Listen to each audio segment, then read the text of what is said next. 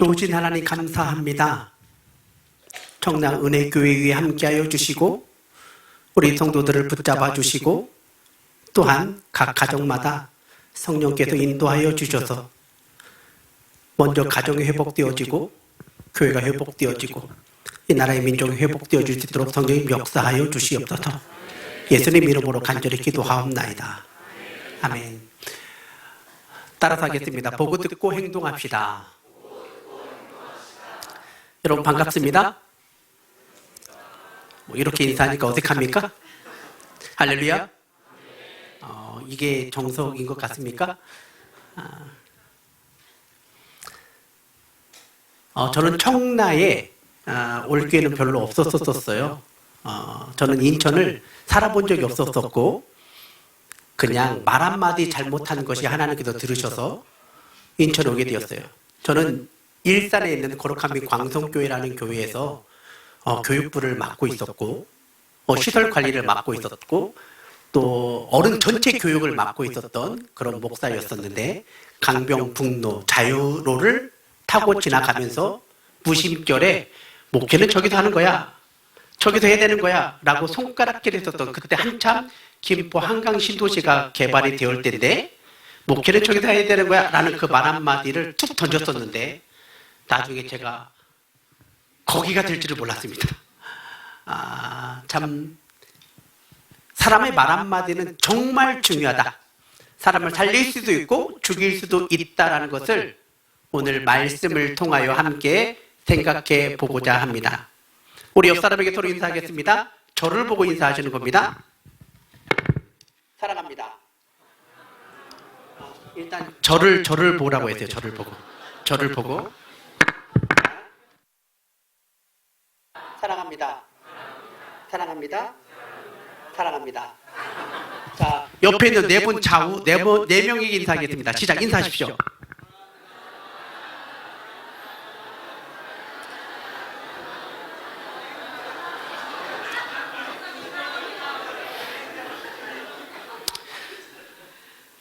오늘 전도와 영적 전쟁이라고 하는 이 포커스 속에서 보고 듣고 행동합니다라는 말씀을 전하려고 하는데요. 그러려면 가장 중요한 것은 우리 교회가 어떤 교회인지를 잘 알아야 돼요. 우리 교회는 여러분 청라 여기 은혜교회는 평균 연령이 몇 살입니까?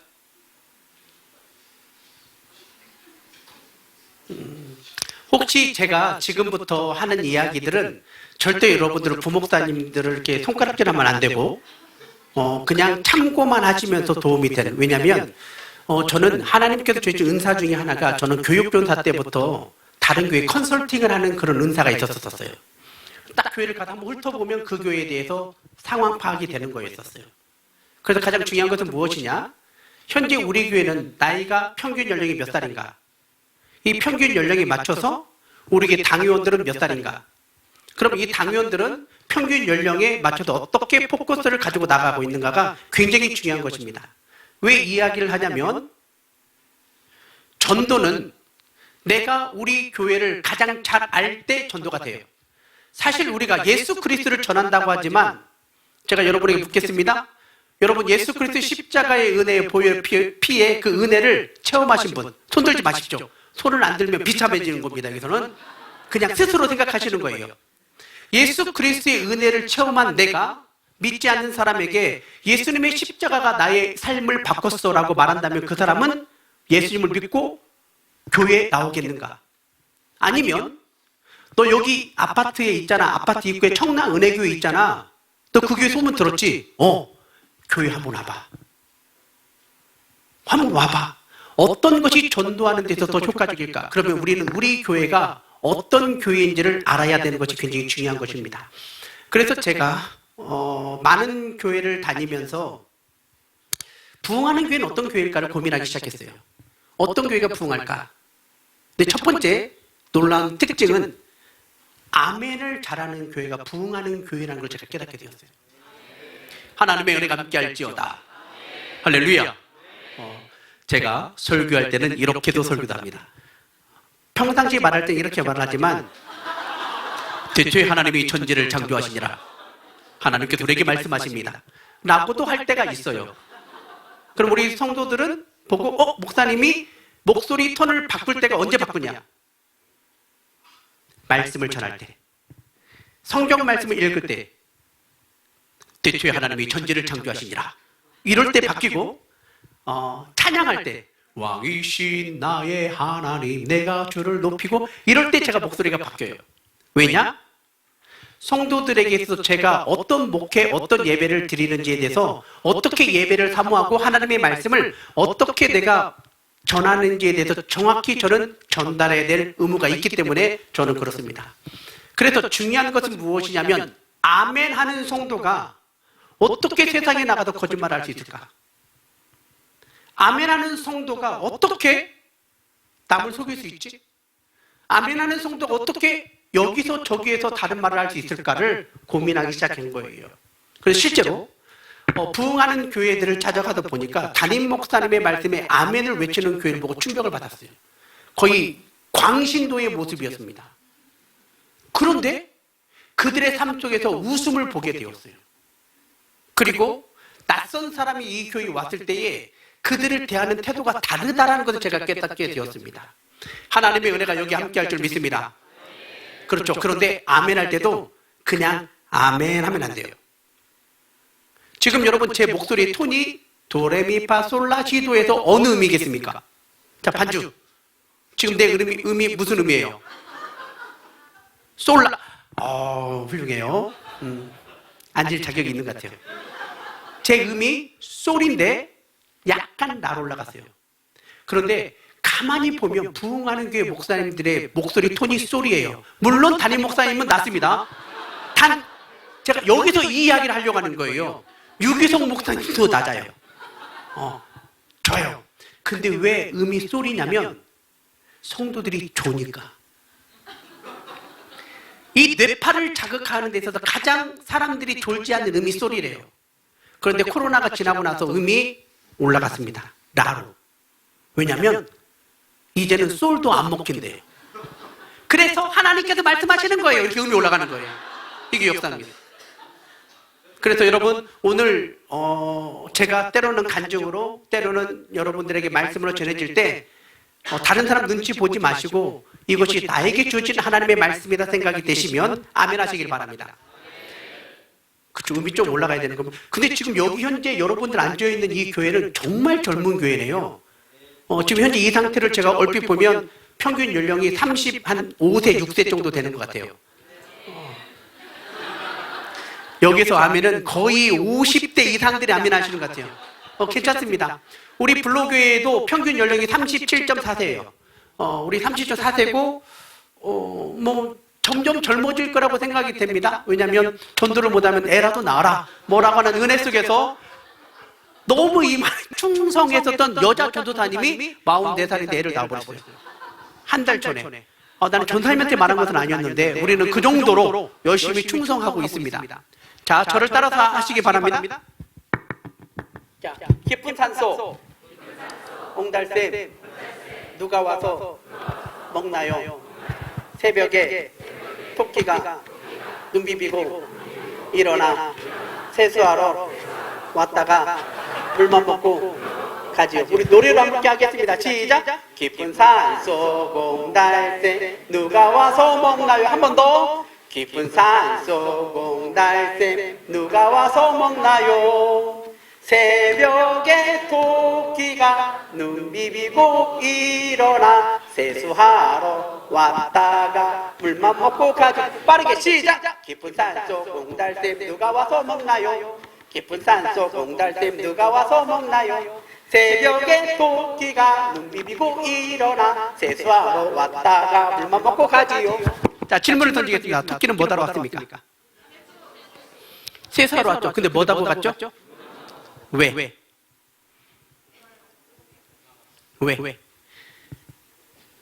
환경의 영향을 받으면 새벽에 일어나든 부지런하든 소용이 없다.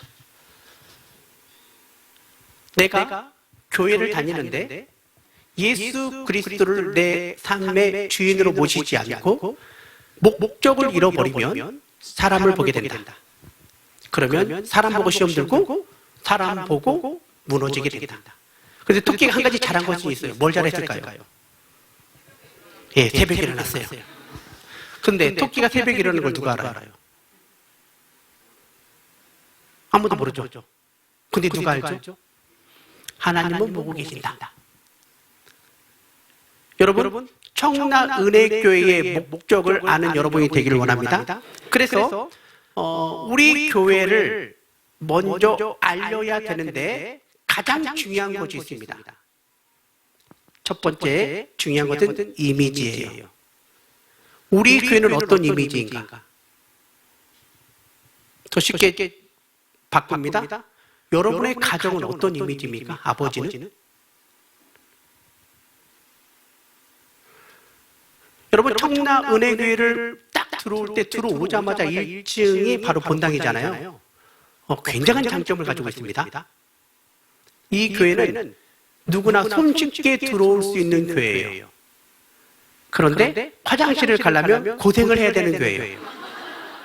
한참을 올라가야 되고요. 저는 청라 은혜교회 오늘 저의 이미지는 어떤 이미지였냐면 제가 화장실에 가서 앉아있는데 불을 꺼버렸더라고요.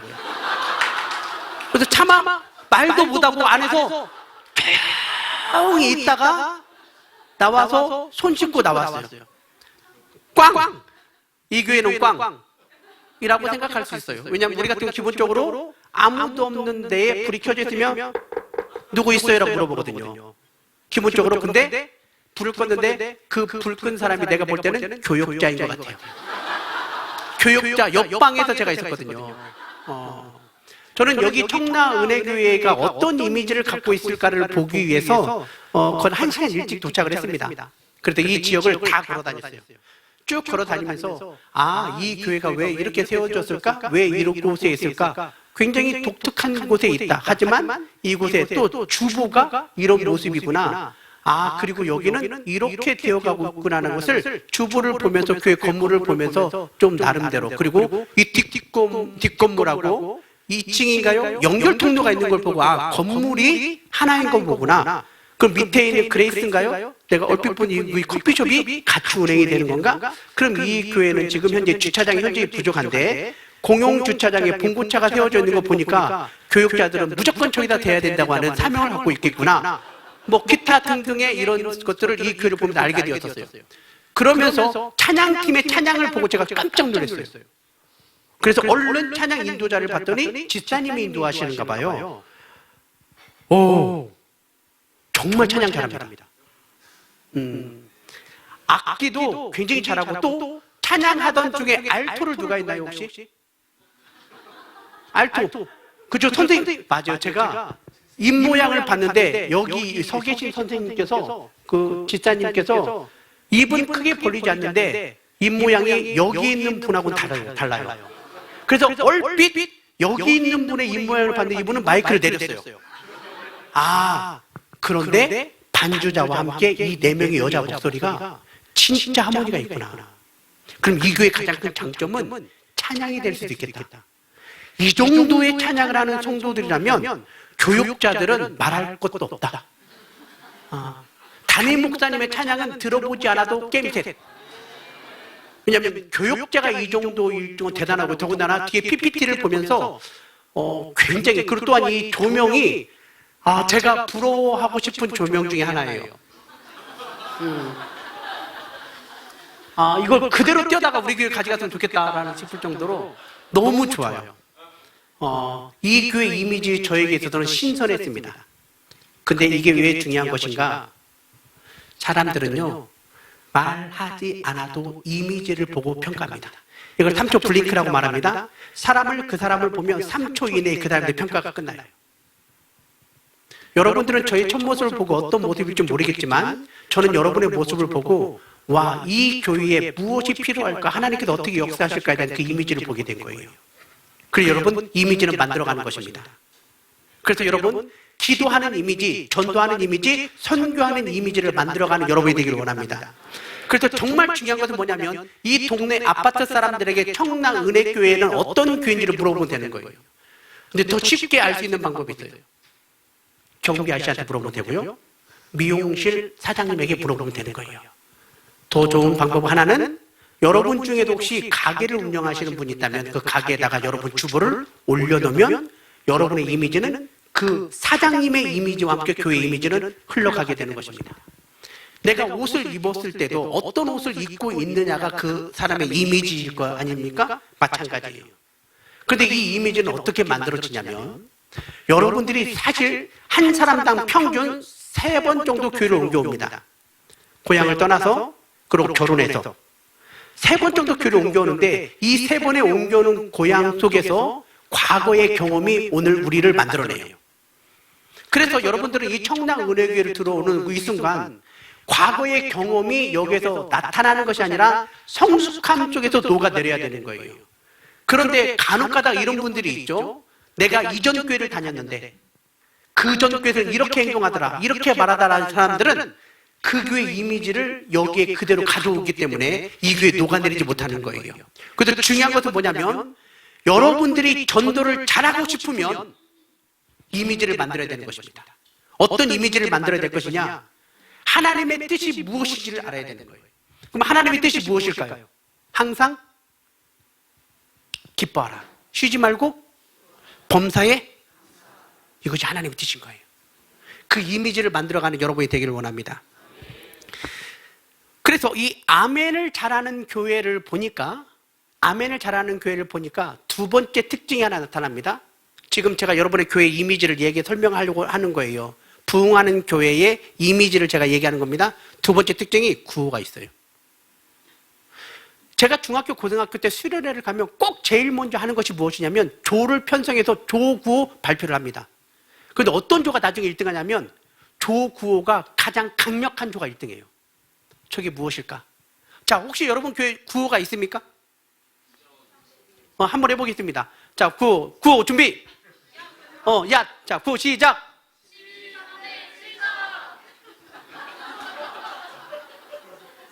괜찮아요. 왜냐하면 나와 똑같은 마인드를 가지고 있는 3사람만 있으면 역사는 바뀌는 거거든요.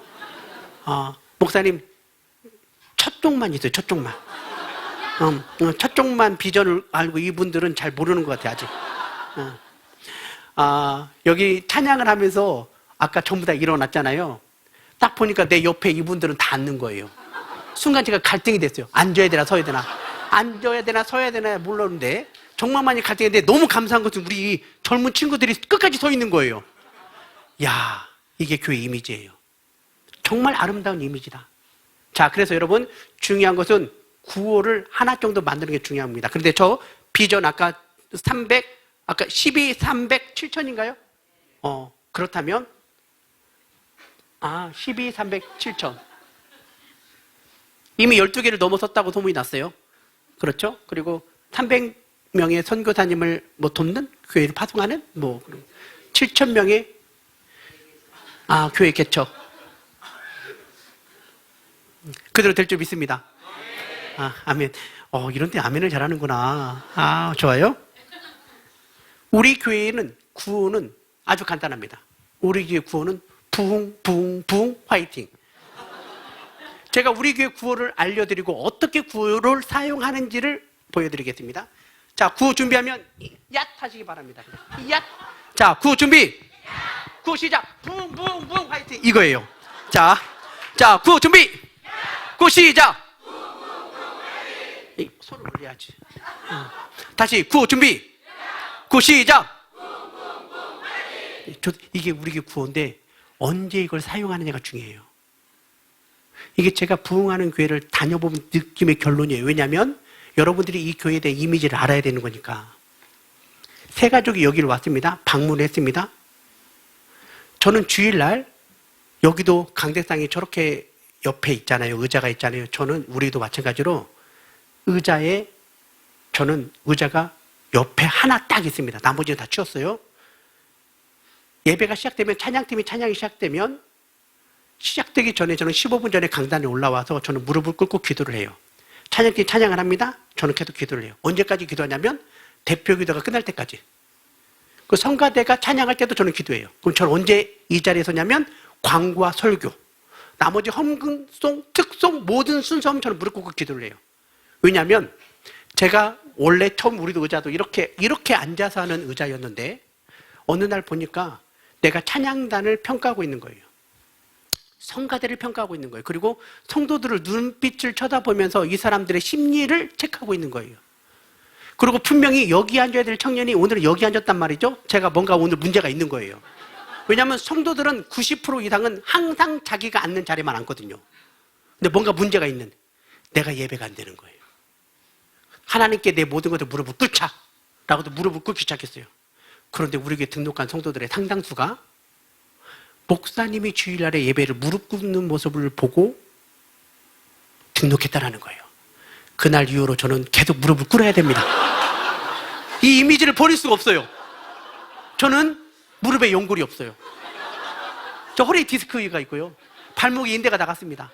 그럼에도 불구하고 등록한 성도들이 새가족이 말을 하며 목사님의 무릎 꿇는 기도의 모습에 제가 감동이 되었어요. 그럼 저는 무릎 꿇고 주여 나를 불쌍히 여기소서. 주여 나를 불쌍히 여기소서. 교회의 이미지를 만들어가는 과정인데, 자, 그렇다면 제가 무릎을 꿇고 있잖아요. 그러면 찬양이 시작되는 것을 어떻게 알 수 있냐면, 우리는 옆에 예배 준비실이 있어요. 예배 준비실에서 구호 소리가 들려요. 붕붕붕 외치면 이제 찬양이 시작하는구나. 우리 성도들은 제가 밖에서 이렇게 들어올 때 성가대원들 같이 들어오거든요. 그럼 우리 성도들은, 안에 있는 성도들은 언제 담임 목사님이 들어오냐면, 언제 하냐면 제가 로비에서 성가대원들과 같이 기도하고 구호를 외쳐요. 구호를 외치면 제가 쭉 들어오고 성가대원들이 쭉 들어와서 자리를 앉습니다.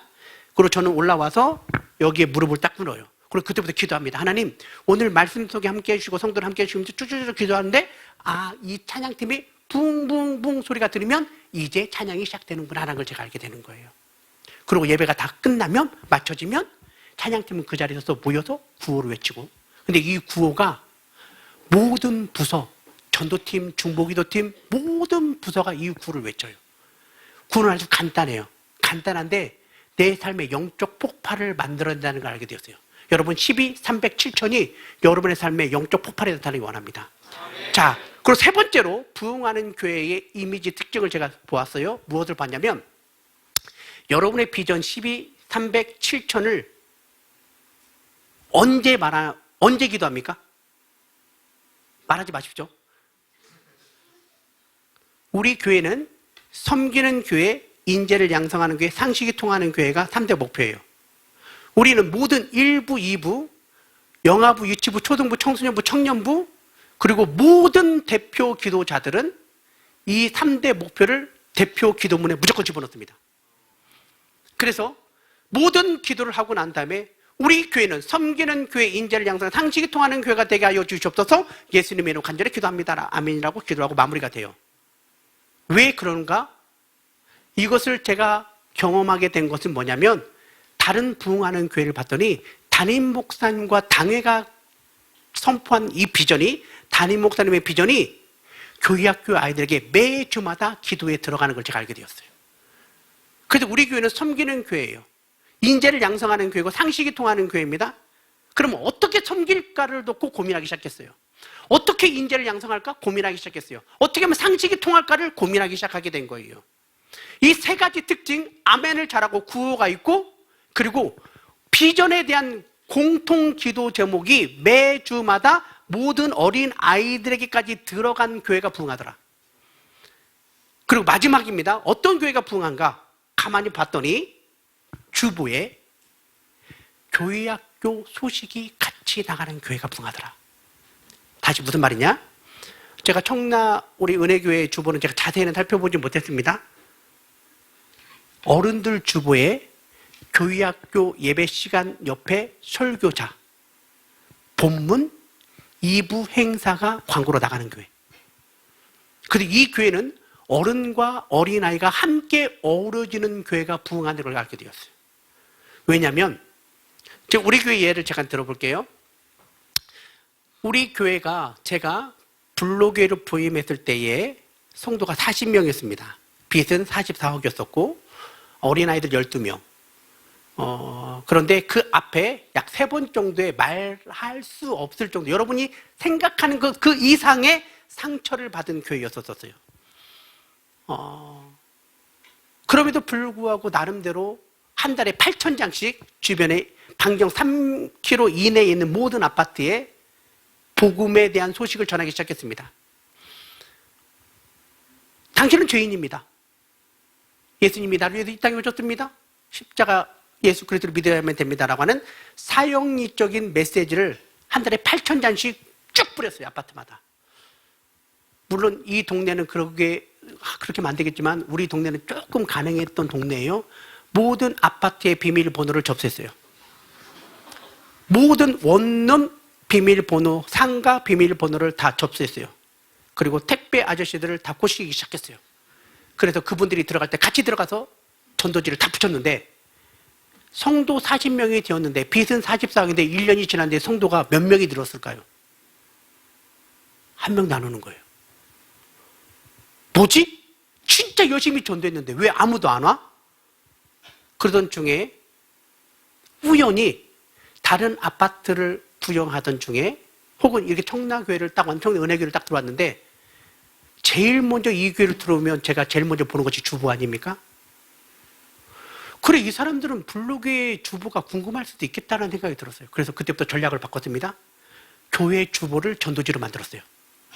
그래서 모든 우리 주보를 한 주에 1,000장씩 인쇄해서 아파트에다가 주보를 붙이기 시작했어요. 매주 붙였습니다. 한 달에 한 5,000장씩 붙이기 시작했어요. 그런데 세 가족이 안 오는 거예요. 솔직히 못 하는 짓일지 모르겠어요. 그러다가 한 가족이 왔는데 당신들이 이 교회를 갈까 저 교회를 갈까 고민하다가 자기 집 대문에 블로그에 주보가 붙어 있는 걸 보고 그럼 한번 이 교회를 갈까 하고 싶어서 우리 교회에 등록하게 된 거예요. 그런데 2주 지나고 나니까 이분들이 11주를 냈는데 80만 원을 냈어요. 저희 교회 그때 우리 교회 한 주 헌금이 160만 원. 80만 원은 거의 충격적인 헌금이었어요. 그런데 2주가 지나고 나서 그냥 한 달 정도 됐죠? 갑자기 이분들이 저를 만나재요. 목사님 할 말이 있습니다. 여러분 앞으로 혹시라도 무슨 일이 있어도 담임 목사님에게 담임 목사님 할 말이 있습니다. 이렇게 문자나 전화하지 마십시오. 가슴이 철렁입니다. 그냥 목사님 저 이사 문제가 있어요. 저 무슨 문제가 있습니다라고 미리 말하는 게 좋습니다. 가슴이 철렁하면서 드디어 만났어요. 근데 딱 아니나 다를까 목사님 저 교회를 떠나겠습니다. 왜요? 기분 나빠도 교회 못 다니겠어요. 왜?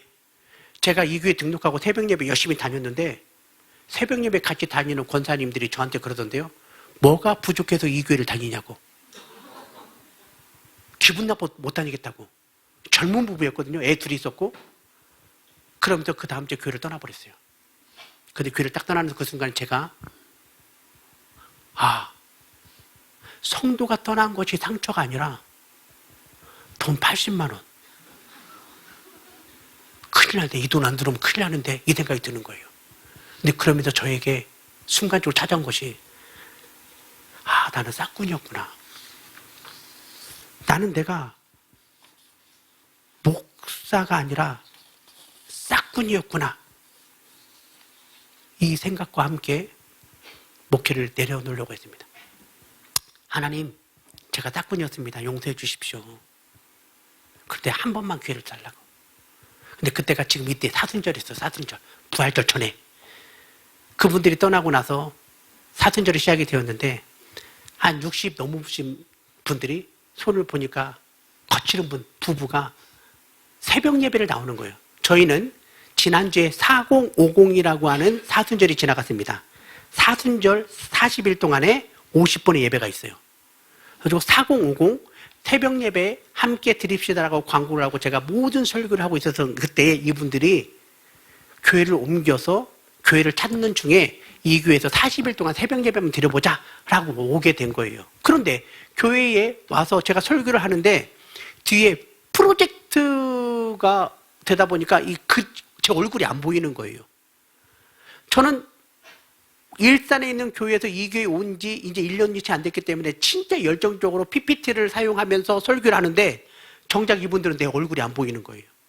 그래서 이분이 새벽 예배 끝나니까 저한테 찾아왔어요. 목사님, 저거 얼마냐고. 제가 아무 생각 없이 그냥 2천만 원입니다 했어요. 근데 그 다음날 이분들이 2천만 원을 가져온 거예요. 이것 좀 바꿔달라고. 큰일 났네요. 이거 진짜 바꿔야 되나? 하고 당회를 열었는데 장로님한테 제가 말씀드렸어요. 이거 바꾸면 10,000cc가 될 텐데 3년이면 300만 원 램프를 갈아야 된다. 3년마다 램프를 갈아야 된다. 차라리 그럴 바에는 LED를 바꿔버리자고. LED 알아보니까 4,700만 원이에요. 2,700만 원 빚을 내야 되잖아요. 장로님들이 어쩔지 몰라요. 그래서 제가 그랬어요. 44억 빚이나 44억 2,700만 원 빚이나 그게 뭔 차이가 있냐고. 그래서 오케이 해가지고 그 헌금 들어오고 이틀 만에 프로젝트를 바꿔버렸어요. 근데 그 주에 이분들이 이걸 보고 감동이 되었는지 등록을 했어요. 등록하자마자 11주를 냈네요. 이분들이 100만 원을 내는 거예요. 알고 보니까 도배 전체 아파트 이런 도배하는 사장님이었던 거예요. 그분과 함께 시작됐던 불로교회가 지금 현재 지난주까지 778명으로 출석하는 성도가 되었어요. 재정은 한 1250명 정도 되고 그중에 반절은 교회학교 아이들입니다. 그런데 이제 제가 지금 이야기를 하고 싶은 거, 저희 교회 이미지를 얘기하면서 얘기하는 겁니다. 그런데 코로나 전이 됐는데, 코로나쯤 됐는데 우리 교회 성도가 750명 정도가 되었어요. 근데 마음이 이상해요, 느낌이. 우리 교회 성도 같지가 않은 거예요. 알고가 쭉정이가 있는 것 같다. 그래서 과감하게 장기 결석자들은 제적시켜보자 해서 500명으로 250명을 아웃시켜버렸어요. 그리고 500명을 다시 시작하자라고 으쌰하고 딱 하는 찰나에 코로나가 터진 거예요. 이때부터 모든 것이 멘붕이 되었습니다. 아무것도 할 수 있는 게 없었어요. 그래도 혼자 강단에 여기 밑에 앉아서 혼자 말씀 보고 기도하다가 예수님께서 나를 위하여 십자가를 지셨네.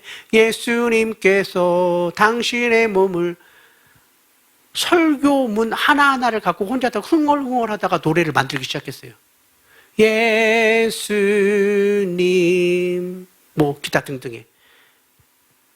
그래서 설교를 준비하면서 노래를 만들고 작곡을 한 것을 설교 시간에 제가 설교를 하면서 노래를 부르기 시작했어요. 그것도 인터넷으로. 왜냐하면 온라인 예배가 되었으니까 하나님 도와달라고 하던 중에 코로나 상황 속에서 우리 교회가 오히려 200명의 성도가 더 늘기 시작한 거예요. 온라인임에도 불구하고 2022년 5월 정도가 되었는데 그 전에 1년 전에 2021년도 정책 당회를 딱 하는데 그 하기 전에 일주일 전에 저희 누나가 저를 찾아왔어요. 저희 누나는 보험을 하는 누나입니다. 민수야, 너는 사람을 만나면 몇 분 안에 사람을 전도할 수 있어? 왜? 누나는 10분 안에 내 보험을 팔 수 있다. 혹시 손 들어보십시오. 그런 분 있습니까? 혹시 여기 보험하시는 분? 근데 걱정하지 마십시오. 제가 지금까지 진짜 많은 교회를 다녔지만 보험한다고 손든 사람 하나도 없어요. 근데 교회 안에 돌 던지면 둘 중에 하나쯤 보험 나와요. 저희 누나가 삼성화재에 있었거든요. 삼성화재 교육팀장이 있었어요. 아마 여기 나이 드신 분들은 웬만한 사람들은 저희 누나한테 교육을 다 받았을 거예요. 그러다가 일반 개인 회사에 가서 지금 이사로 있는데 그 밑에 직원들이 전부 다 연봉 1억이 넘는 거예요. 근데 누나가 그런 얘기 하는 거예요. 민수야, 그런데 예수님께서 내가 천국 갈 때 죽으면 예수님이 너 뭐하고 왔냐 물어보면 나는 보험 팔고 왔다라고 말할 것 같아. 누나 무슨 소리야? 누나는 새벽 예배를 드리고 새벽 6시에 출근한다. 그리고 밤 10시에 퇴근해. 내 삶은 보험의 삶인 것 같아. 그래서 누나 이제 앞으로 더 열심히 할 거야. 근데 저희 누나는 수원에 있는 교회의 성가대 지휘자예요. 3,000명 모이는 교회. 성가대원들이 80명이고 매주 주마다 성가대원들이 안보합니다. 악보를 보지 않아요. 아주 굉장히 이 지휘를 잘하는 누나거든요. 그런데 누나의 그 말에 제가 충격이 됐어요. 그럼 내가 제일 잘하는 게 무엇일까? 내가 무엇을 잘할까? 저는 교회학교 사역을 너무 잘해요. 제가 7개 교회를 거쳐오면서 저는 교회학교를 12명을 240명, 120명을 1200명 만들었고 가는 곳마다 타붕이 됐어요. 그리고 건물을 새로 지을 정도로. 근데 불로교회를 왔더니 내가 어린이 목회를 하지 않는 거예요. 어른 목회를 하고 있는 거예요. 그래서 당원들하고 얘기를 시작했습니다. 장로님, 저 고민이 있습니다. 무슨 고민입니까, 목사님? 저희 아버지도 장로님이었고 권사님이었는데 저는 저희 엄마 아빠하고 모태신앙으로서 저는 주일날 낮에 같이 예배를 들어본 기억이 없어요. 네? 저는 교육관이라든지 오후 2시에 본당에서 예배를 드렸지 저는 아빠 엄마가 어떻게 예배 드리는지 저는 몰라요. 어떻게 장로로서 생활하는지 예배자의 모습을 저는 본 적이 없어요 라고 말했더니 장로님들이 깜짝 놀라는 거예요. 그럼 어떻게 원하십니까? 우리 9시 예배입니다. 11시 예배입니다. 2시 예배예요. 예배 시간을 조정하겠습니다. 어떻게? 8시 30분, 11시 30분, 1시 30분. 중간에 10시 빈 시간에 본당에서 영아부, 유치부, 초등부 아이들을 집어넣고 제가 예배를 인도하겠습니다. 좋아요. 해봅시다. 그때부터 우리 교회에서 가장 찬양을 잘하는 친구, 섭이 악기를 제일 잘하는 친구들 붙잡고 워십을 제일 잘하는 친구들을 놓아놓고 5개월간 연습을 시켰어요. 그래서 2020년 5월에 코로나가 터지고 이제 끝나고 본당 예배를 딱 드릴 때 우리 찬양팀이 여기 쭉 섰어요. 한 20명이. 몇 명 아이들이 나왔을까요? 한 명도 없어. 그런데 그렇게 한 명도 없는 이 분위기가 지금은 140명이 함께 예배를 드리고 있어요. 10시 예배에. 제가 설교하는 날은 두 번째 주는 제가 영아부, 유치부, 초등부 설교를 하고 세 번째 주는 밑에 내려가서 청소년부 설교를 하고 다섯 주는 청년부 설교를 하는 형태로 전 교인을 제가 설교하고 있는데 이 옷이 아니라 야구복을 입으면서 설교를 하기 시작하게 된 거예요. 자, 잠깐 PPT 한번 사진을 잠깐 보여주겠습니다. 왜 그러냐면 지금 이 이미지가 굉장히 중요하기 때문에 그러는 거예요. PPT 사진을 한번 보여주십시오. 첫 번째 광성교회 있을 때, 자, 이게 제가 광성교회 있을 때입니다. 저는 광성교회 있을 때 지금 밑에 하얀색 보이는 여기가 뭐냐면 중등부예요. 제가 중등부를 딱 갔었을 때에 중등부가 270명이 참석을 했는데 제가 선포했어요. 1년 안에 500명을 만들겠다고. 1년 안에 그 다음에 실제로 출석이 540명이 출석하게 된 이 중등부입니다. 그리고 캠프를 했고 어느 정도까지 제가 머리와 아이디를 썼냐면 광성교회라는 거기는 앞에 학교가 있습니다. 학교 운동장을 전체를 제가 수영장을 깔았어요. 그래서 수영장을 깔았고 이런 형태로 제가 진행을 됐어요. 그래서 따라올 때면 따라와봐라. 그리고 여러분 혹시 잘 알고 있는 나는 하나님을 예배하는 예배자 있죠? 그 찬양 혹시 율동 아십니까? 그거 제가 만들었어요. 나름대로 남들이 따라오지 못할 정도로 프로그램과 기획력을 가지고 덤비기 시작했습니다. 그러다가 다음 사진 보여주십시오. 블로기를 봤더니 이렇게 생긴 거예요. 썰렁합니다. 썰렁한 교회. 뭘 할 수 있을까? 고민한 거예요. 자, 그리고 쭉 더 넘겨주십시오. 그 맨 뒷부분에 나와 있는 사진들. 이렇게 바뀌었습니다. 자, 저기 보면 색깔이 있죠. 파란색, 하얀색, 빨간색, 청색. 저것은 교사티입니다. 각 부서 교사티예요. 저 티를 입고 있는 교사들만 찾아가면 교사가 어느 우리 아이를 보낸지 다 알 수 있어요. 그리고 노란색 옷 입고 있는 아이들은 우리 아이들 워십팀. 이런 형태가 바뀌게 되었고요. 그 다음 사진 보여주십시오. 여러분 혹시 인터넷에 이런 걸 보신 적 있습니까? 기도락, 함께라면, 기도강, 바카스, 매일기도. 혹시 이런 거 본 적 있습니까? 저희가 만들어냈어요. 그런데 최근에 사순절을 하면서 6개를 더 만들었는데 서구청에서 연락 왔어요. 유사 제품 불법. 그래서 하지 않기로 했어요. 그러니까 따라올 때는 따라와봐. 제가 여러분 교회 혹시 목사님 필요하시면 제가 저것을 사진으로 올리지 않고 교회에서만 사용한다면 제가 다 드릴 수 있습니다. 그래도 바꿔서 청라은행으로 다 바꾸면 되는 거니까. 다음 사진 보여주십시오. 저 십자가를 제가 만들었어요. 그래서 사순절 성경 통독할 때마다 새가족이 올 때마다 저 십자가 하나씩을 선물로 주었고 또 십자가를 통해서 성도들에게 집에 가면 신방할 때 십자가가 딱 세워놓게 만들어놨어요. 지금도 십자가 저 종류를 지금 4종류를 또 제가 디자인했습니다. 혹시 필요한 말씀하시죠? 개당 6,000원에 드리도록 하겠습니다. 남들은 8,000원인데 저는 6,000원에. 왜냐면 내가 디자인했기 때문에. 혹시 여기 목공소 있습니까? 목공소 있으면 저랑 제휴하면 돼요. 저거 대박 터질 수 있습니다. 혹시 다음에 사진 있습니까? 이게 끝인가요? 예, 좋습니다. 자, 그냥 저를 보여주십시오, 이제부터. 교회 이미지를 바꾸기 위해서 중요한 것이 블루교회는 어떤 교회인가를 보여주는 데 있어서 교회학교가 살아나는 교회라고 이미지를 바꿨어요. 그 어느 정도냐면 우리 인근에 옆에 수정교회가 있습니다. 옆에 검단중앙교회가 있어요. 영광교회가 있어요. 다 1,000명 이상의 교회가 있습니다. 그런데 이 교회들을 다 돌아보고 우리 교회면 다 우리 교회 등록해요. 특히 자녀를 데리고 있는 교회는 우리 교회 다 등록합니다. 왜냐? 따라올 테면 따라와봐 했었어요. 담임 목사가 교회학교 어떻게 목숨 거는지 봐라. 청소년부의 담임 목사가 설교를 어떻게 하는지 쳐다봐라. 청년부를 어떻게 끌고 가는지 쳐다봐라. 예배에 목숨 걸기 시작했어요. 그런데 그 이미지와 함께 성도들에게 아멘 훈련을 시켰습니다. 할렐루야. 하면 이렇게 하면 누가 아멘 하는지 모르잖아요. 오른손을 높이 들고 아멘을 외치는 겁니다. 할렐루야. 그렇죠? 아멘을 빨리 손을 내리면 사탕을 던져주는 거예요, 이제. 자, 할렐루야. 그렇죠? 지금 저기 빨랐는데, 그러면 아이들과 예배를 드릴 때는 사탕이고 어른들과 예배를 때는 컵라면을 싸놓고 컵라면을 던지기 시작했어요. 쭉쭉쭉 던져줍니다. 그러면서 한 달에 한 번씩은 온 세대 예배를 드리기 시작했어요. 여기도 드리는 것 같은데 어떻게 하느냐? 첫 번째 주, 첫 주째는 모든 교회학교 예배는 없어요. 본당에서 교회학교가 함께 예배를 드립니다. 첫 번째 주는 영아부, 초등부, 초등부 친구들의 찬양팀이 예배를 인도합니다. 그리고 헌금은 청소년부가 헌금송을 하고 특송은 청년이 합니다. 두 번째 주는 청소년 찬양팀이 예배를 인도하고 청년부가 헌금송하고 그 다음에 장년이 특송합니다. 세 번째는 청년부가 예배를 인도하고 그 다음에 영아부가 특송하고 유치부가 이런 형태로 시스템을 돌리기 시작했어요. 그랬더니 우리 교회 어른들이 아이들의 예배를 다 알게 되고 아이들은 어른들 예배에 참석하게 되는 거예요. 분위기를 그렇게 만든 이미지를 바꿨더니 전도가 절로 됩니다. 그래서 다시 작년에 우리가 성도가 820명 정도까지 성도가 올라갔었는데 다시 또 아웃시켰어요. 그래서 740명으로 12월에 시작이 됐으면서 우리도 지금 올해 지금 776명이 됐으니까 약 한 40명 정도가 지금 새 가족이 오고 있는 형태고 방문객들은 한 20명 정도 이상이 지금 방문하고 있어요. 그렇게 이미지가 굉장히 중요한 것이 여러분들이 제가 말씀드린 것은 뭐냐면 전도는 내 안에 예수 그리스도의 심장을 가지고 있는 게 첫 번째입니다. 이건 제가 기본 전제로 깔고 있는 거예요. 그 깔고 있는 상태에서 나의 말과 행동과 우리 교회는 어떤 이미지를 가지고 있는가가 정말 중요한데 그럼 내가 이 교회를 들어왔을 때 이 교회 성도들이 아멘을 하고 있는가? 아멘하는 성도들은 저는 기뻐하는 성도, 감사하는 성도, 찬양하는 성도라고 저는 생각이 되는 거예요. 제가 만난 하나님의 아멘하는 성도는 그런 성도였었어요. 그리고 성도들끼리 구호를 외치면서 하나됨을 외치고 있는가?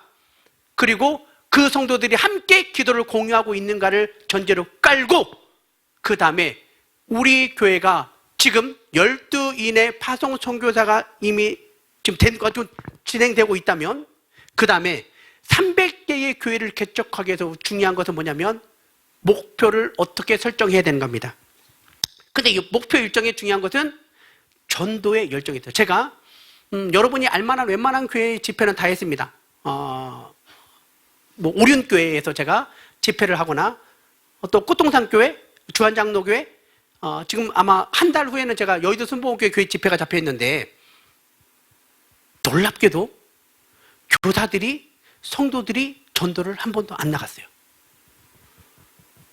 여러분 정말 중요한 것은 뭐냐면 여러분이 선교라고 하는 것을 돈을 보내고 사람이 보내는 선교사, 가는 선교사도 중요하지만 여기에 남겨져 있는 사람을 향해서 나는 내가 어떻게 할 건지가 정말 중요한 것을 알아야 되는 것입니다. 또 열정이 있어야 되는 거예요. 나는 이 청량은혜교회가 열정이 살아나는 교회가 되기를 원합니다. 그 열정은 어느 정도 열정을 가지고 있어야 되냐면 내가 어떤 상황 속에서 내가 예수 그리스도 사랑이 나타나는가. 코카콜라를 만들었었던 회장 우드 러버라고 하는 사람의 몸에서 나는 코카콜라 피가 흐른다라는 얘기를 혹시 들어보셨습니까? 몽고 간장 회장님의 몸에서 무엇이 필을까요? 무엇이 흐를까? 내 몸에는 몽고 간장이 흐른다 라고 말하는 거예요. 혹시 삼성맨들은 몸에서 뭐가 흐르는지 아십니까? 내 몸에는 삼성의 피가 흐른다 이렇게 말했어요. 옛날에. 무서운 사람들이에요. 그럼 여러분의 몸에는 무엇이 흐릅니까? 아멘. 이게 되네. 저는 이게 열정이라고 보는 거예요. 사랑하는 성도 여러분, 열정이 회복되어지기 원합니다. 그 이미지가 갖춰진 상태에서 열정이 나타나면 그다음부터 목표를 정확히 세워야 됩니다. 이 목표는 실현 가능한 목표여야 돼요. 이 목표는 3년에 한 번씩 재점검해야 되는 겁니다. 저는 어떻게 훈련 받았느냐? 네가 그 교회 담임으로 갔는데 3년 동안 그 교회가 부흥하지 않으면 너는 담임을 그만둬라. 네? 너로 인해서 네 성도들 다 죽을 수 있어. 현상 유지는 아니야. 3년 안에 교회가 부흥하지 못하면 너는 과감하게 떠날 만큼 해라. 저는 제가 지금 9년이 됐습니다. 그러면 제가 현재 우리 교회가 부흥했으니까 제가 남아있을까요? 아니요. 저는 3년마다 목숨을 거는 거예요. 하나님 앞에서 내가 어떻게 나아갈까? 그래서 목표가 실현 가능한 저는 숫자를 목표로 세우지 않습니다. 예수 그리스도를 나의 구주로 고백하는 사람이 목표인 거예요. 그 목표와 함께 예수님의 지상 명령인 가서 전하라고 하는 것이 목표인 거예요. 나는 여러분 이 교회가 숫자가 많아지는 교회가 아니라 예수 그리스도의 심장을 가지고 나가는 그런 성도들이 많아지는 교회가 되기를 원합니다. 그리고 난 다음에 중요한 것은 전략이에요. 저는 많은 개척교회를 가봤습니다. 많은 교회를 제가 컨설팅을 하면서 느낀 건 뭐냐면 열정이 없는 목사님 없어요. 열정 없는 장로님 없습니다. 근데 부흥이 안 돼요.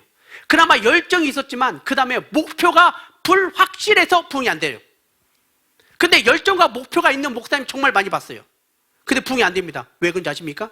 전략이에요. 여러분, 공부 이렇게 하면 서울대 가는 거 방법은 다 알아요. 근데 서울대를 못 가요. 왜? 전략이 없으니까. 3%의 사람이 꿈을 이뤘다고 말합니다.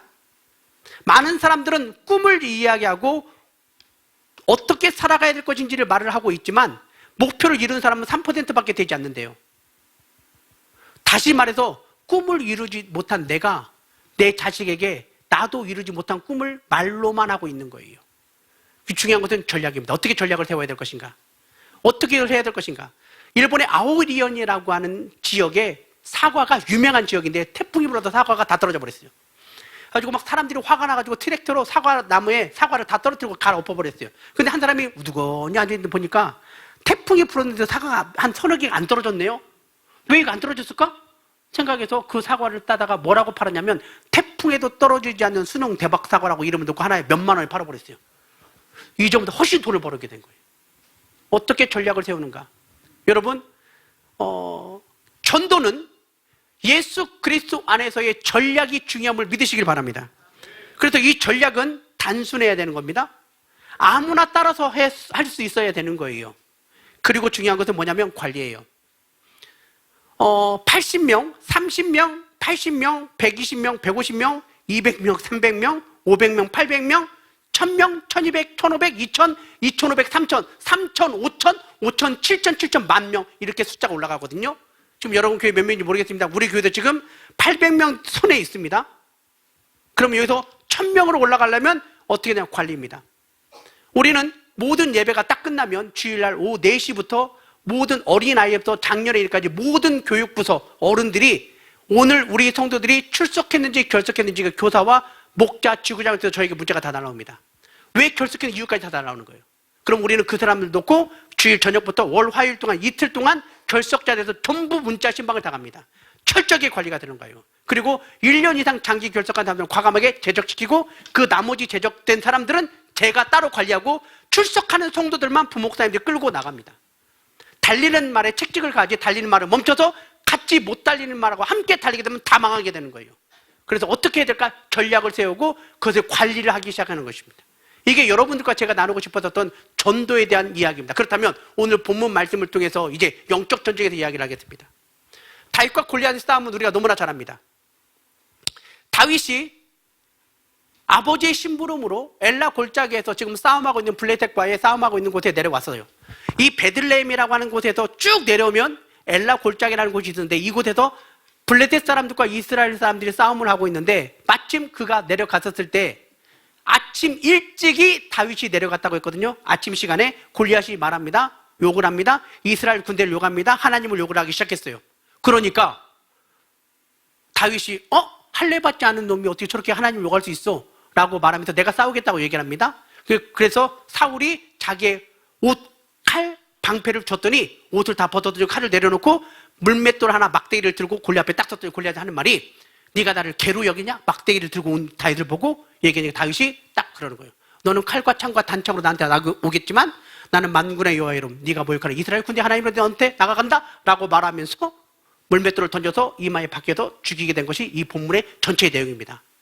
근데 이 내용에서 우리가 영적 전쟁이라는 것을 알아야 되는 거예요. 무엇이냐? 우리는 골리앗이 싫어요. 왜 싫은지 아십니까? 혹시 그 PPT에 골리앗이 싫은 이유가 나온 거 있으면 좀 보여주십시오. 골리앗이 싫어하는 이유가 뭐냐면 신체적으로 너무 뛰어납니다. 2m 97이에요. 여러분, 키 크다고 전쟁을 잘하는 것이 아닙니다. 그는 이 블레셋에서 최고의 장수였어요. 싸움부터 그는 어렸을 때부터 용사라고 말을 합니다. 여러분, 배구 선수가 키 크다고 잘하는 것이 아니에요. 제 친구가 신진식이라는 애가 내 친구였는데 걔는 키가 188밖에 안 돼요. 근데 손이 다른 친구보다 길어요. 7cm가. 그래서 딱 크면 195cm하고 똑같은데 얘 가장 큰 장점은 체공력이 길어요. 여러분, 그리고 환경이 블레셋이라고 나는 철기 국가입니다. 이미 모든 군사들이 블레셋을 중심으로 방패가 가로막고 있어요. 우리가 골리앗이 싫은 이유가 뭐냐면 신체적으로 실력 환경이 비교가 안 되기 때문에 싫어합니다. 그런데 골리앗이 진짜 싫은 이유가 뭔지 아십니까? 말을 너무 잘해요. 아침 저녁으로 말을 잘하는데 골리앗이 더 싫어하는 이유가 뭐냐면 시간을 너무 잘 지켜. 조석으로 이스라엘 백성을 욕하기 시작했습니다. 아침과 저녁으로 욕하기 시작하는 거예요. 시간 정확히 맞춥니다. 밥만 먹으려면 아이고 튀겨져 죽겠네. 귀신같이 알아듣는 거예요. 그런데 여러분, 진짜 내가 골리앗이 싫은 이유가 뭔지 아십니까? 골리앗이 내 편이 아니어서 싫은 거예요. 골리앗이 내 편이었으면 좋겠어요. 골리앗의 약점이 안 보여요. 그런데 다윗에게는 하나님의 은혜가 있었어요. 근데 여러분, 왜 다윗이 그 자리에 선지 아십니까? 왜 섰을까요? 40일 동안, 이제 닫아주시기 바랍니다. 40일 동안 아침 저녁으로 골리앗의 욕을 얻어먹었던 이스라엘 백성들이 크게 두려워했다라는 거예요. 그 두려움이 싸움을 하지 못하게 되는 가장 중요한 원인이었어요. 여러분의 삶 속에서 여러분이 전도를 하려고 하는데 두려운 거예요. 해본 적이 없으니까. 내가 이 말하면 저 나를 어떻게 생각할까? 나를 예수자라고 생각할까? 나 친구가 단절되면 어떻게 될까? 두려움인 거예요. 그런데 다윗이 그 자리에 있었어요. 왜? 어떻게? 그 어린 다윗은 그 40일 동안 이스라엘 백성들이 두려움에 갇혔을 때 다윗은 그 시간에 목동으로서 역할을, 하나님의 음성을 듣고 있었다는 것입니다. 두려움을 듣지 않았다는 거예요. 여러분, 할 수 있음을 고백하는 여러분이 되기 원합니다. 자, 그렇다면 우리는 할 수 있어요. 난 할 수 있어. 난 잘할 수 있어. 하나님의 은혜 가운데 할 수 있어. 나는 이미지를 바꿀 수 있고, 나는 열정을, 내가 하나님께서 주신 열정을 가질 거야. 나는 목표를 세울 거야. 나는 전략을 세울 거야. 그리고 나는 지금부터 열심히 할 거야. 매일 똑같은 그 자리, 거기에서 아이들을 만날 거야. 제가 12명의 중등부를 1년 만에 240명을 만든 비결입니다. 일주일에 3일간 똑같은 장소에서 아이들이 학교 끝날 때 카메라 하나 딱 들고 사탕을 주머니에 넣고 이러고 서 있었어요. 그 경비 아저씨한테 안녕하세요 인사하고 사탕 하나 드렸고, 그리고 지나가는 사람한테 인사했어요. 누구냐? 야구복을 입고 저는 블루교회 목사입니다. 옛날 전도사 했을 때 전도사입니다라고 얘기를 했어요. 그리고 우리 교회 아이들이 학교 끝나고 오면 우리 교회 아이들한테 사탕 하나 주고 사진 하나 찍고, 사탕 주고 사진 찍고, 그래서 그 사진 찍은 것을 주일날에 보여주고, 그러니까 친구들이 저도 자기도 사탕을 달라고 하길래 안 줬어요. 나는 우리 교회만 준다. 365일 그 자리에 똑같이 서서 사탕 우리 교회만 줬어요. 그랬더니 저도 교회 나올게. 안 돼. 교회 나오면 줄 거야. 대신 교회에 나오면 어떻게 했느냐? 맥도날드가 제휴를 맺었어요. 그래서 맥도날드 세트를 한 명 전도할 때마다 세트복 하나씩 줬어요. 그러니까 한 놈이 10명을 전도하면 10개를 주고 그렇게 했어요. 그러면 이 새로운 청소년부 아이들, 어른들이 오자마자 찬양을 20분 한단 말이에요. 제가 사실 오늘 찬양 보고 깜짝 놀란 거지, 제가 대부분 모르는 찬양이에요. 우리는 아직 손을 높이 들고, 우리 이런 거 좋아하거든요. 근데 여기는 막 모르는 찬양들이에요. 그래서 제가 아까 일부러 동영상을 찍었던 이유가 우리 교회 목사님한테 이것 좀 배우라고 말하고 싶어서 그랬었어요. 초등학생들 어떻게 전도하는지 아십니까? 달란트를 만들어서 학교 앞에 문구점에게 제휴를 맺었어요. 100달란트는 문구점에서 100원이에요. 아이들이 전도할 때마다 1000달란트, 500달란트 적으면서 문구점과 제휴를 맺어서 아이들을 끌어내기 시작했어요. 그래서 어느 정도 시간이 됐냐? 전교인이 저를 알 정도로. 그래서 제가 느낀 것은 뭐냐면, 환경이 중요한 것이 아니라 내 마음이 중요하다. 근데 내 마음의 이미지는 예수 그리스도의 은혜가 나와야 된다는 것입니다. 그런데 여러분, 가정으로 돌아가면 똑같습니다. 여기서 은혜를 받아서 내가 오늘 말씀 통해서 그래, 골리앗은 그런 사람이었었지만 두려움 속에서 이스라엘 백성이 나오지 못했지만 나는 담대하게 나갈 거야. 나는 하나님 은혜까지 나올 거야. 영적 싸움에서 가장 첫 번째 무서운 것은 두려움인데, 오직 했으면 두려워하지 말라, 무서워하지 말라가 성경에 365번이나 나왔을까? 근데 내 환경과 가정이 전혀 바뀌지 않는 거예요. 마지막으로 지금 벌써 시간이 됐기 때문에 제가 저의 이야기를 하고 마무리하도록 하겠습니다. 저는 대학교 4학년 때 결혼을 했어요. 나름 잘 나가는 대학교 S대였어요. 여러분이 생각하는 그 S대는 아닙니다. 우리나라 S대 정말 많아요. S대 정말 많아요. S대를 다녔고요. 제 아내는 직장인이었었어요. 그래서 대학교 4학년 때 2학기 때 아내를 결혼했어요. 남자의 로망은 대학생 때 결혼하는 것. 그런데 그 다음 해에 결혼하자마자 그 다음 해에 제가 9월 달에 결혼했는데 12월 달에 아내가 울고 와요. 왜 그러냐 했더니 임신했대요. 임신했지 뭐 임신했다는데 어떻게 합니까? 사실 남자는 잘 몰라요. 그런데 1월 달에 울고 와요. 1월 달에 왜? 쌍둥이래. 쌍둥이지 뭐. 남자는 잘 몰라요. 그냥 임신한 거 쌍둥이인 거야. 근데 이때가 2002년도 월드컵 한국이 4강이 들어가니까 나라에서 7월 1일 날 응원하라고 임시 공휴일을 내린 그날에 8월 30일에 태어나기로 했던 이 두 아이들이 7월 1일 날 태어나면서 저희 인생을 꼬여버렸어요. 아이들이 태어나면서 호흡을 하지 않아서 왼쪽 뇌가 망가지고 뇌성마비라고 하는 아이로 두 아이가 태어나게 되었어요. 그때부터 저희 인생은 모든 게 꼬였습니다. 말하지 못한 아이들, 걷지 못한 아이들, 똥오줌을 가리지 못한 아이들, 하는 아이들을 놓고 1900g짜리 두 아이들을 놓고 내 인생은 아무것도 할 수 있는 게 없었어요. 제 아내는 신생아 중환자실의 간호사였는데 제 아내가 근무하는 그곳에 아이들이 들어갔어요. 2달 동안 인큐베이터 아이들을 제가 받았었는데 사실 충격받았어요. 사람의 모습 같지 않았던 거예요. 그러다가 한 번은 아내가 근무를 하고 있는데 둘째 녀석이 경기를 하는 거예요. 숨이 넘어갑니다. 그래서 이 아이를 안고 달래고 있는데 숨이 못 쉬고 하고 있어요. 그래서 달랬는데 큰 녀석이 갑자기 둘째를 보면서 같이 경기를 하는 거예요. 두 아이를 두고. 어떻게 할지 몰라도 제 아내한테 전화했습니다. 빨리 오래요. 그래서 맨발로 이 두 아이를 안고 병원에 달려갔어요. 딱 들어가서 병원에 들어갔는데 응급실 앞에서 이 두 아이들이 거의 숨이 넘어간 아이들한테 아이 엄마가 엄마야 하는 순간 이 아이들이 다시 하고 숨이 쉬어지는데 여보 이제 괜찮아요. 다시 돌아가면 돼요. 라고 해서 이 두 아이를 안고 아파트 집에 걸어왔어요. 저희 집이 9층이었는데 9층 베란다 문을 열었어요. 왜 나한테 이런 일이 있을까? 그냥 여기서 뛰어내리면 편할 텐데. 하나님, 저 지금부터 목숨 걸겠습니다. 목사님 좀 20분 됐는데 조금 한 몇 분. 하나님, 저 지금부터 목숨 걸겠습니다. 이 아이들 책임져 주십시오. 전 지금부터 이력서 되지 않겠습니다. 그때부터 이 아이들을 놓고 매일 노래를 불렀어요. 말도 못한 아이들한테 왜 나만 겪는 고난이냐고 이걸 부르기 시작했어요. 그리고 이 아이들 의사 선생님이 말합니다. 가능성이 없다고. 포기하라고. 그래서 죽기 전에 이 아이들 성경이라도 알고 죽게 하자 해서 아이들 앉혀놓고 창출레민 진수탄 사문대튼 요시 잔전한 사람에게 일단 혹시 아십니까? 호요람 모병이 낙서마 마무리는 거리고 이렇게 이것을 맨날. 그런데 어느 날 이 아이들이 말이 터지는 거예요. 조금씩 일어나는 거예요. 하나님, 전 목숨 걸겠습니다.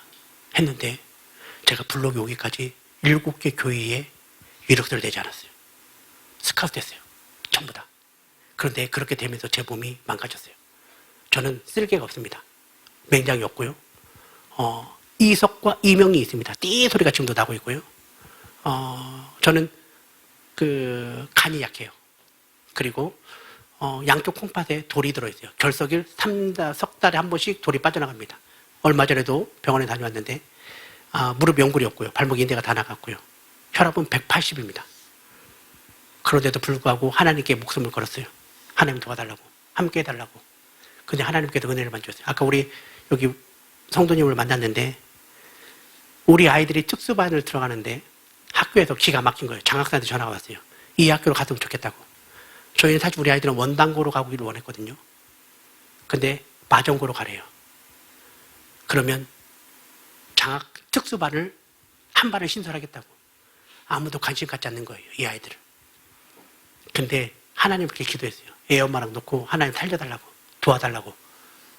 근데 그 결과 물론 하나님의 은혜로 지금 아이들이 성장해서 큰 놈은 대학을 다니고 둘째 녀석은 보치아라고 하는 전문 선수가 되어서 은혜가 되었는데 제가 지금 돌아보면서 기가 막힌 건 무엇이냐면 불로교회가 성도 40명 남았을 때 빚 44개 망한 이 교회 살리려고 담임 목사를 불러왔는데 지금 제 머리가 하얗지 않습니까? 그때는 염색을 해서 머리가 시커맸어요. 시커멓고 젊은 목사가 와서 딱 섰는데 세상에 두 녀석이 휠체어를 끌고 온 거예요. 성도가 기가 막힌 거예요. 근데 제 입장에서는 성도가 기가 막혀. 패배주의에 갇혀있는 성도들. 어떻게 될까? 근데 제가 여기에서 딱 한 가지 했어요. 나의 겉모습이 중요할 수 있겠지만 하나님의 이미지를 씌우자 했어요. 그리고 두려워하지 맙시다. 우린 할 수 있습니다. 하나님의 은혜 가운데서 기적의 주인공이 됩니다. 그래서 세 번째 상식이 무슨 상식이냐면 하나님의 상식이에요. 하나님의 상식은 기적이에요. 참 살면서 정말 많은 일들이 있었습니다. 무시당한 일들이 정말 많이 있었고요. 저는 제 친구들을 모아놓으면 종합병원을 차려요. 근데 친구 한 명도 없습니다. 다 떨어졌어요. 딱 말하는 순간 내 자녀가 장애라는 사실에 모든 친구들, 목사들 다 떨어졌어요. 아무도 없어요. 하나님밖에 없는 거예요. 그런데 목사님께서 저를 불러주신 게 너무 감사한 게 뭐냐면 저는 예배 잘 드리는 목사 중에 하나예요. 여러분도 예배를 잘 드리고 있고 저도 예배를 잘 드리잖아요. 근데 저는 예배를 잘 드리면서 저는 돈을 벌어요. 차이점이 무엇일까? 저는 두려움의 소리를 듣지 않았어요. 저는 목숨 걸고 나가고 있어요. 청라은혜교회, 저는 이 교회가 세상의 두려움이 아니라 세상의 학문과 칼과 창이 아니라 만군의 여호와의 이름으로 나가는 여러분 교회가 되기를 원합니다. 사실 우리들은 내 손에 창과 칼을 원할 수 있어요. 창과 칼이 주어지면 내 자식도 잘 될 거라고 생각하고 있어요. 근데 정말 중요한 것은 창과 칼이 아니라 내 안에 예수 그리스도가 중요한 거예요. 청라은혜교회 성도 여러분, 무엇을 보고 있습니까? 이스라엘 군대는 지금 무엇을 보고 있습니까? 이스라엘 군대는 지금 무슨 소리를 듣고 있습니까? 이스라엘 군대는 어떻게 행동하고 있습니까? 골리앗을 보고 있고 골리앗 소리를 듣고 있고 골리앗 앞에서 꼼짝마가 되고 있어요. 그런데 다윗을 보십시오. 골리앗의 소리를 듣습니다. 골리앗을 쳐다보고 있습니다. 그러나 그는 행동했어요. 그런데 골리앗의 유일한 약점이 얼굴 여기밖에 없는 거예요. 여러분 잘 알고 있는 것처럼 블레셋 로마 군인들의 전투복을 보면 얼굴, 눈, 이 부분 외에는 전부 다 갑옷입니다. 그런데 제가 실제로 이게 가능할까 고민해봤어요. 혹시 여러분 배드민턴 잘 치는 분 있습니까? 저 배드민턴 23년간 쳤거든요. 제가 배구를 얼마나 잘하냐면 신진식의 스파이크를 받았어요. 제가 축에 이야기했습니다. 제가 배구를 얼마나 잘하냐면 군대에서 휴가증을 딸 정도로. 제가 축구를 얼마나 잘하냐면 군대에서 휴가증을 딸 정도로. 제가 탁구를 얼마나 잘 치냐면 군대에서 휴가증을 딸 정도로. 양영자 코치한테 탁구를 배웠어요. 제가 모든 운동 100m 12초에 뛰었고 날라다녔었던 사람 중에 한 사람이었었던 제가 환경이 나를 무너뜨리려고 했지만 무너지지 않았었던 이유 중에 하나가 바로 그런 거였었어요. 그런데 실제로 배드민턴을 1.5m 앞에서 내가 셔틀콕을 때리면 수박에 셔틀콕이 꽂혀요. 시속 300km가 날아가기 때문에. 그런데 지금 앞에 있는 우리 청년들이나 선생님들 이 거리에서 내가 배드민턴 아무리 세게 쳐도 받아내요. 근데요, 골리앗의 키가 2m 70입니다. 골리앗의 창의 길이는 최소한 5m예요. 그러면 최소한 5m, 손을 쭉 뻗치면 7m 근처는 아무도 못 들어와요. 들어오면 죽는 거야. 그럼 7m 근처에서 요따만한 돌을 15살짜리 아이가 돌렸는데 이마에 박힌다? 이건 말이 안 되는 거예요. 이건 거짓말이에요. 근데 하나님 하시니까 이마에 박히는 거예요. 근데 이마에 박힌 이 돌을 골리앗 다윗이 보고 가만히 놔뒀었으면 인생은 끝나는 것이 아니라 그렇게 되면 우리가 볼 때는 다윗이 골리앗 쓰러뜨렸어. 빨리 와서 골리앗 죽여요. 라고 말했다면 인생은 바뀌는데 어떻게 되냐. 그렇게 자랑하고 있었던 골리앗이 다윗 놓고 칼에 칼집에서 꺼내지도 않았던 거예요. 다윗은 골리앗의 칼집에 칼을 꺼내서 골리앗의 목을 쳐버리는 거예요. 이게 행동인 거예요. 여러분, 선교하기 원하십니까? 여러분 전도하기 원하십니까? 그러면 여러분 안에 있는 칼에 칼집을 꺼내서 악한 마귀를 예수 그리스도 이름으로 끊어버리는 여러분이 되기 원합니다. 하나님께서 회복하는 여러분이 되기 원합니다. 그래서 여러분 이 시간 함께 기도할 것은 무엇이냐? 혹시 여러분들의 삶 속에서 두려움이 있습니까? 물질의 두려움, 건강의 두려움, 사람 인간관계의 두려움, 그 두려움 혹시 여러분을 가로막으려고 하고 있는 거 아닙니까? 여러분 교회 환경에 대한 두려움, 다른 교회를 보니까 주차장이 넓네? 다른 교회 보니까 교육관이 넓네? 환경에 대한 두려움이 있습니까? 근데 여러분, 세상은 칼집을 원할 것입니다. 창을 원할 것입니다. 방패를 원할 것입니다. 더 좋은 시설을 원할 것입니다. 그런데 여러분이 가지고 있는 것은 만군의 여호와의 이름이에요.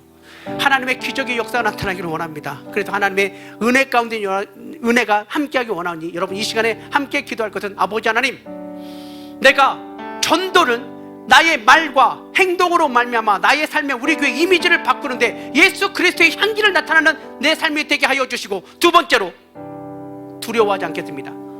보고 듣고가 중요한 것이 아니라 행동하는 것이 중요한데 오늘부터 예수의 이름으로 나아가겠습니다. 예수의 이름으로 선포하며 예수의 이름으로 칼을 꺼내서 악한 마귀를 끌어내겠습니다. 성령님 함께 해달라고 이 시간 주여 부르고 함께 통성으로 기도하겠습니다. 주여